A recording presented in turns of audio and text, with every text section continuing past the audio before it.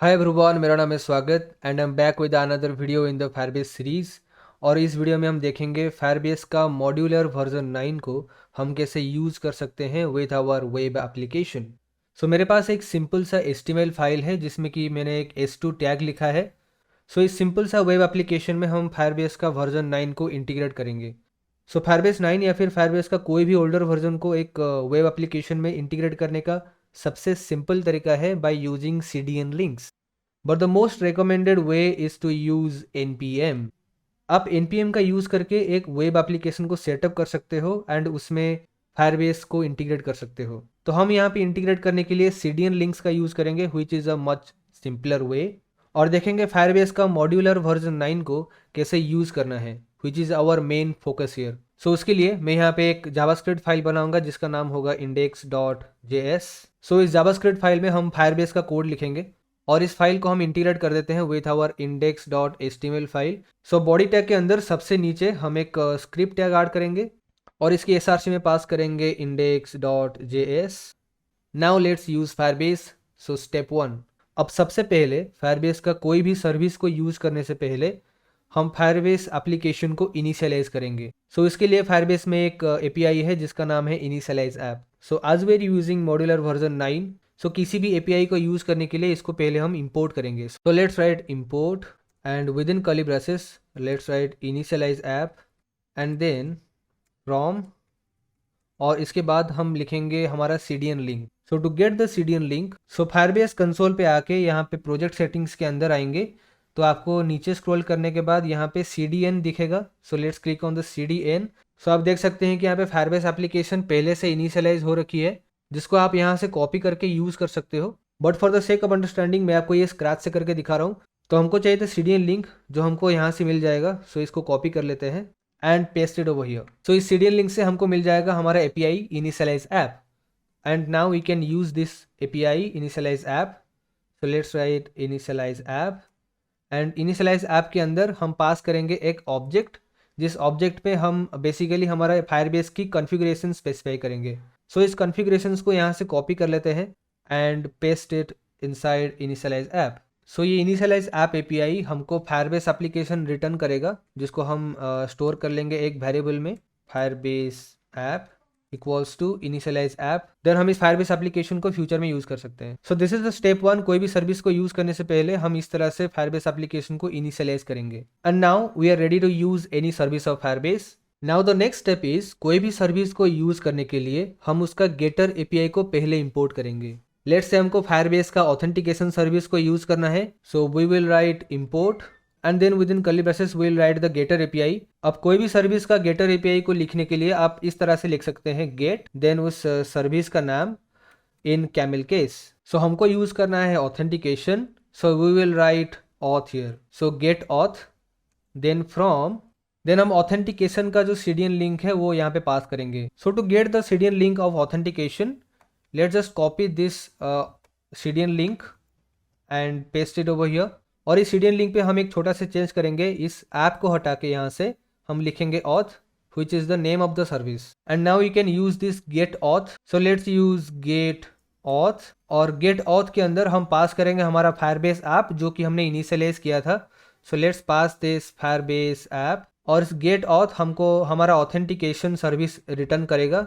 so इसको हम एक auth वेरिएबल में स्टोर कर लेंगे। अब हम ऑथेंटिकेशन सर्विस का एक पर्टिकुलर API को यूज करेंगे जिसका नाम है ऑन ऑथ स्टेट चेंज्ड, जो कि एक रियल टाइम लिसनर है एंड ये एक्टिवली देखता रहता है कि कोई यूजर हमारे एप्लीकेशन में लॉग्ड इन है या नहीं है। सो इसे यूज करने के लिए अगेन हम इस API को इंपोर्ट करेंगे। So as it is an API of authentication service, जो इंपोर्ट स्टेटमेंट हमने पहले लिखा था ऑथेंटिकेशन के लिए उसी में इसे इंक्लूड कर लेंगे। Now let's use this API on auth state changed और इसके सबसे पहला पैरामीटर पे हम पास करेंगे authentication service and in the next parameter we will write a callback function. So callback function का मतलब यहाँ on auth state changed API internally इस फंक्शन को कॉल करेगा और इस फंक्शन की पैरामीटर पे ऑथेंटिकेटेड यूजर को पास करेगा और हमको इस फंक्शन में चेक करना है कि कोई ऑथेंटिकेटेड यूजर इसमें अवेलेबल है या नहीं है।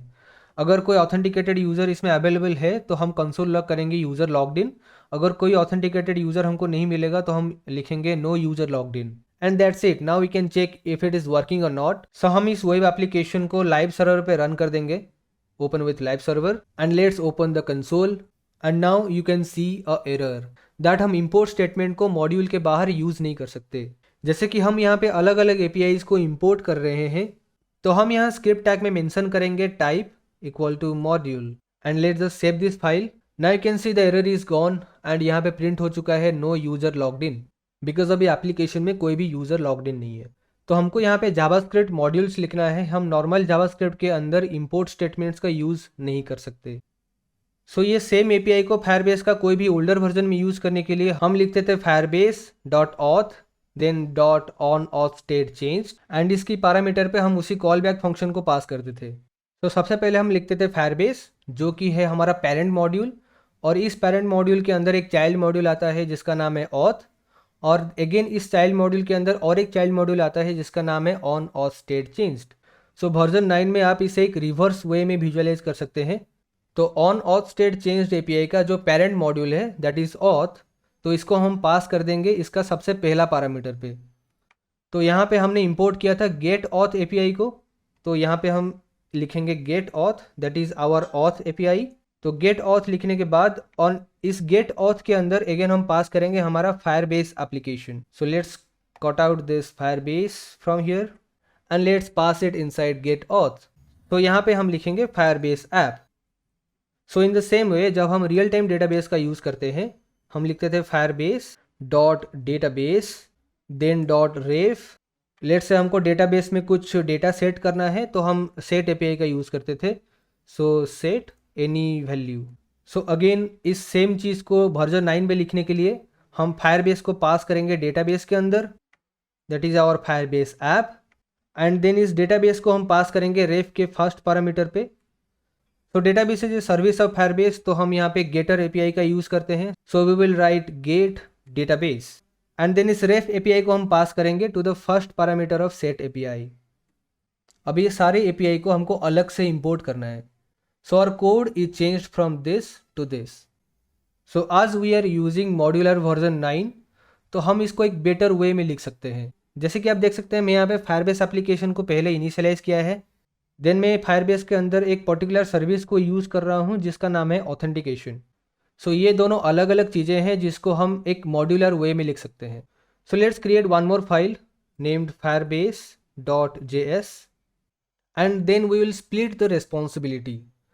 हम firebase.js के अंदर फायरबेस एप्लीकेशन को इनिशियलाइज करेंगे और इस index.js पे हम ऑथेंटिकेशन सर्विस को यूज़ करेंगे. सो इनिशियलाइज ऐप के रिलेटेड जो भी कोड है इसको शिफ्ट कर देते हैं टू द firebase.js. तो जैसे कि आप देख सकते हैं हम ये फायरबेस ऐप को index.js में यूज़ कर रहे हैं. तो फायरबेस ऐप को index.js में यूज़ करने के लिए यहाँ से हम फायरबेस ऐप को पहले एक्सपोर्ट करेंगे. So export default Firebase app. Let's just save it.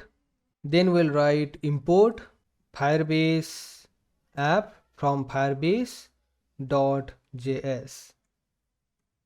And let's just save this file. And you can see it is working fine. No user logged in. So इस तरह से हम responsibilities को divide करके छोटे छोटे modules बना सकते हैं, जिससे क्या होगा हमारे कोड जो है मेंटेनेबल होगी. हमको पता रहेगा कि कहाँ पे हमने क्या कोड लिखा है, जिससे डेवलपमेंट प्रोसेस काफ़ी इजी हो जाती है. तो इससे हम अलग अलग मॉड्यूल्स के लिए अलग अलग फाइल्स बनाते हैं और हमारी एप्लीकेशन की साइज भी थोड़ी ज़्यादा हो जाती है, जो कि प्रोडक्शन के लिए सही नहीं है. प्रोडक्शन में एक ऑप्टिमाइज्ड कोड की ज़रूरत पड़ती है जिसकी परफॉर्मेंस काफ़ी अच्छी रहनी चाहिए, जिसके लिए हम वेब पैक जैसी लाइब्रेरीज का यूज़ कर सकते हैं. तो npm एंड वेब पैक के यूज़ हम नेक्स्ट वीडियो पर देखेंगे. तो आज के लिए बस इतना ही. वीडियो कैसा लगा कमेंट सेक्शन में बताइए. अगर वीडियो अच्छी लगी हो तो लाइक कीजिए and do subscribe to Coding Bees. Thank you for watching.